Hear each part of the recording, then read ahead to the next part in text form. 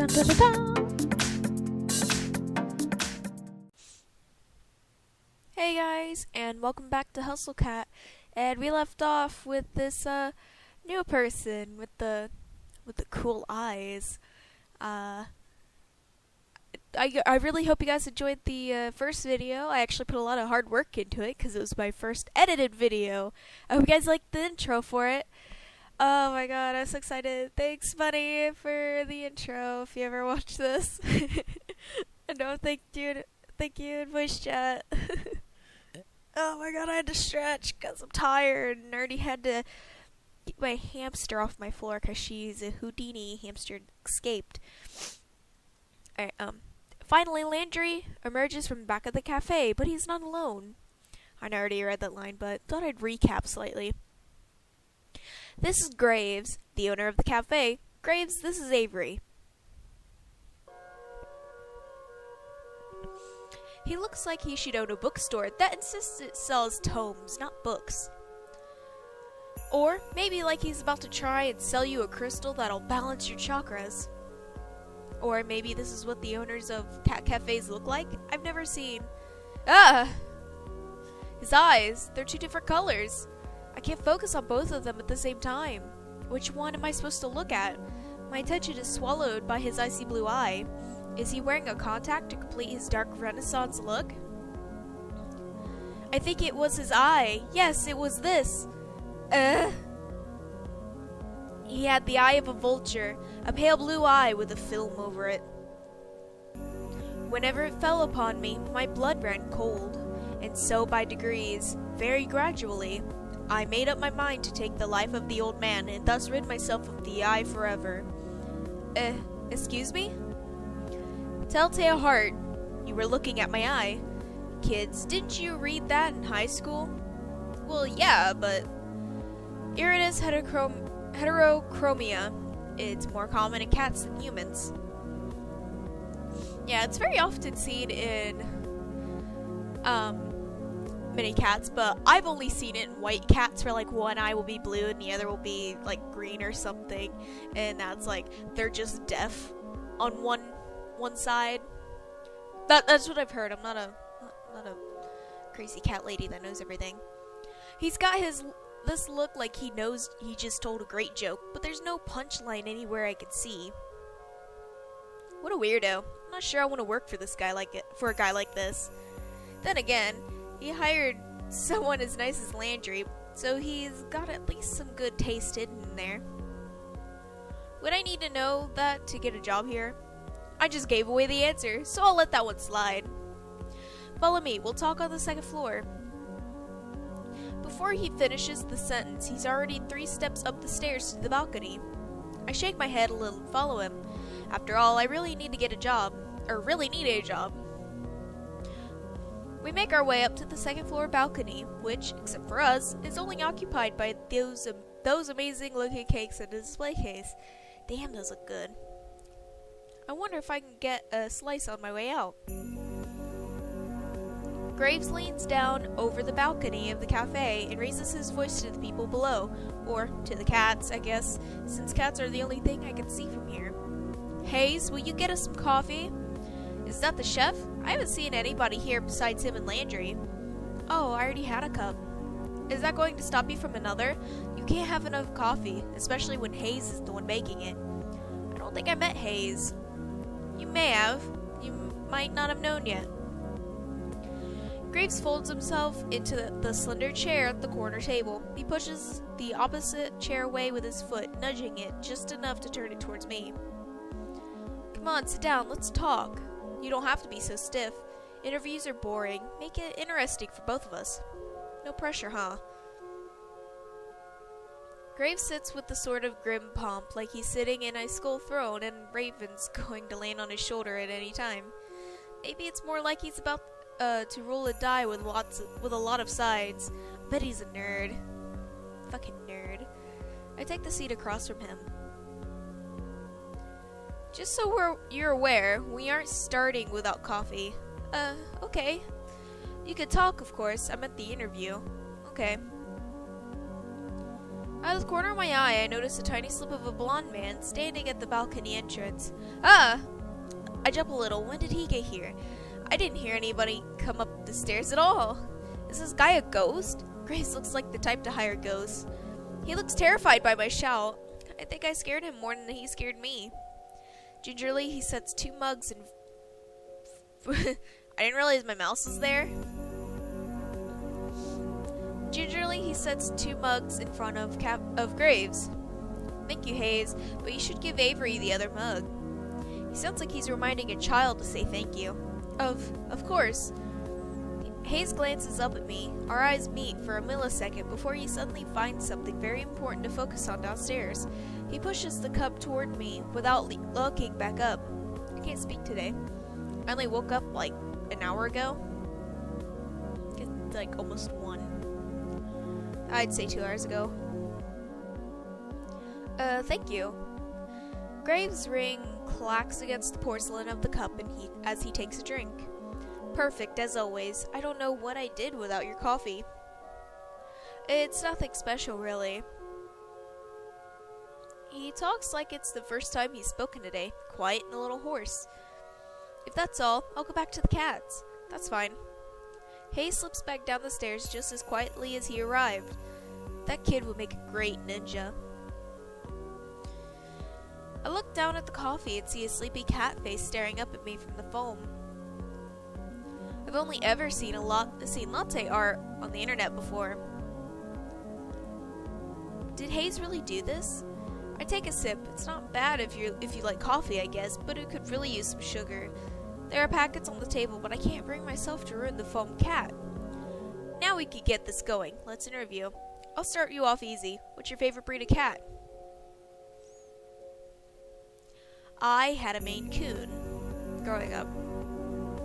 Her name was Maggie, and my little cousin would announce Abby Maggie into the room like she was announcing a band. Miss Maggie and the Poor Honey. That's what we called Abby, Poor Honey, because she was a poor baby. Do you know any other languages? How about ciphers? No. ... I speak the language of dance, or that I can't read. I speak the language of dance. What marine animal would you say best represents you? Well, it'd have to... Butterflies are a marine animal. They're an insect. What genre of music would you use to describe your work ethic? Classically hardworking? Chip tunes. Children sing along. Punk. I'm not dead, just resting.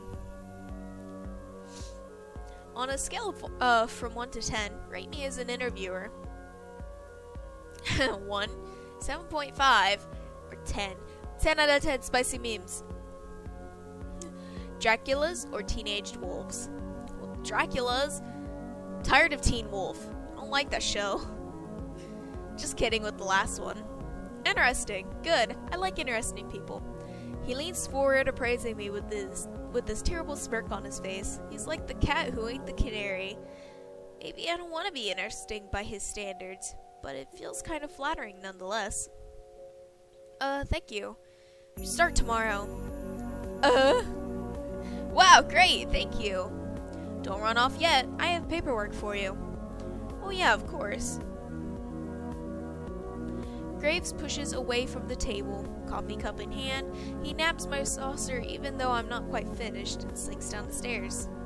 He returns as if he'd never left, trading the empty coffee cups for a small stack of papers and a pen. He places them in front of me. So what will my job be? We'll see. Did he hire me with no position in mind? Is this how this guy usually works? I feel like I'm in a daze. Too much information and too much coffee. I take the papers and skim them, signing pretty much anywhere I see an X and a line. What's it all for? And why is there so much? Probably taxes and stuff, I don't know. And who cares? I've got a job! I push the papers back towards Graves and he eagerly scoops them off the table. Perfect. We open at 11. Be here at 8. We'll have you help with the morning prep. My displeasure must be pretty apparent because his mouth cracks into another smirk. You can work a later shift after training. You won't have to deal with those cursed mornings for too long. Okay, that's fine. Now go. I have a lot of work to do before tomorrow. You need to get to work fixing that sleep schedule of yours. Okay. He seems lost in his own world now, poring over the paperwork I just filled out. I guess there's all sorts of tax stuff you have to deal with hiring people. Why would he do it so casually? Well, whatever, not my problem. I head down the stairs. Landry's back. He looks uncomfortable, waiting at the foot of the balcony. But he perks up when he sees me. So, I'll see you tomorrow, co-worker. Oh, congratulations! You can meet everybody else tomorrow morning. I'll make sure they're all ready for a meet when you get in. How many people work here? Well, there's me, Graves, of course. You met Hayes, Finley, Mason, Reese.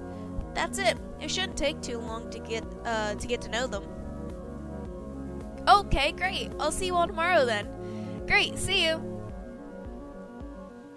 Woohoo! I'm gonna live it up a little. I'm gonna paint this town red. I finally got a job. Date Nighto is the one who made the game, and they are awesome. I love them.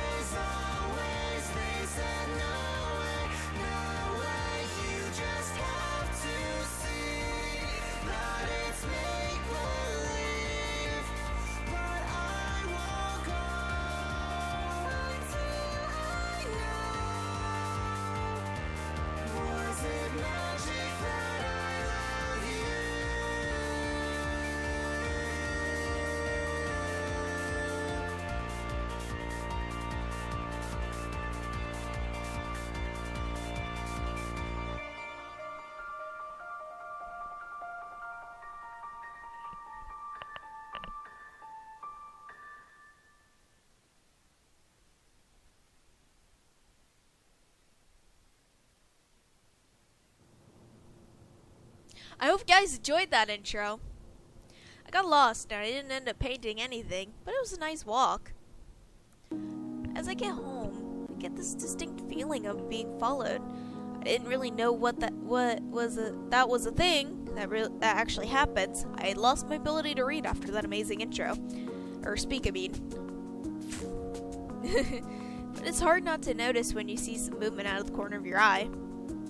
I turn around. A sleek black cat stands in the middle of the road. It sits down when we make eye contact and thumps its tail testily against the pavement. It's got different colored eyes. I guess heterochromia really is common in cats, huh? Should I, try to bring it to the cafe? They take care of strays there after all. I should try. I crouch down as slowly as I can and reach my hand towards the cat, beckoning to it. It doesn't move. I make these little smoochy noises that seem to work on some cats. This one doesn't seem terribly impressed. It pins its ears back and looks away, still for a moment before standing up and blinking into an alley. I guess I should just leave this to the professionals. Words. It's time to celebrate. I'm gonna wreck this pizza I grabbed from Pizza Lloyd's on the way home. I picked up a can of wet food for Mochi from the corner store too. I figure we both deserve a celebration. Mochi, get your fat lump out here. I have good news.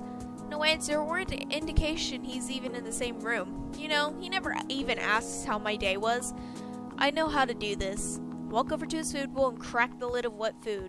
In a flash, he's at my feet, tails shaking like a rotor behind him. Come here, you big moron. I give him a little scratch behind the ears before I dump half the can into his bowl, and the feeding frenzy begins. He acts like I never feed him. Whatever, I'm about to go do the same to this pizza. After a quick jaunt to free myself from the shackles of non-pajama clothing, I flop back onto the couch, dinner in hand, laptop in my face. Oh, it looks like there's a new Jelly Donut video. It's a video of her sleeping in a donut box. I love that dumb internet cat. She's always doing something ridiculous. I wonder how her owner gets her to do these tricks. That flooring seems familiar. Where are these filmed? I spend the rest of the evening picking through the video archives. I can feel myself sinking into the red dough couch cushions.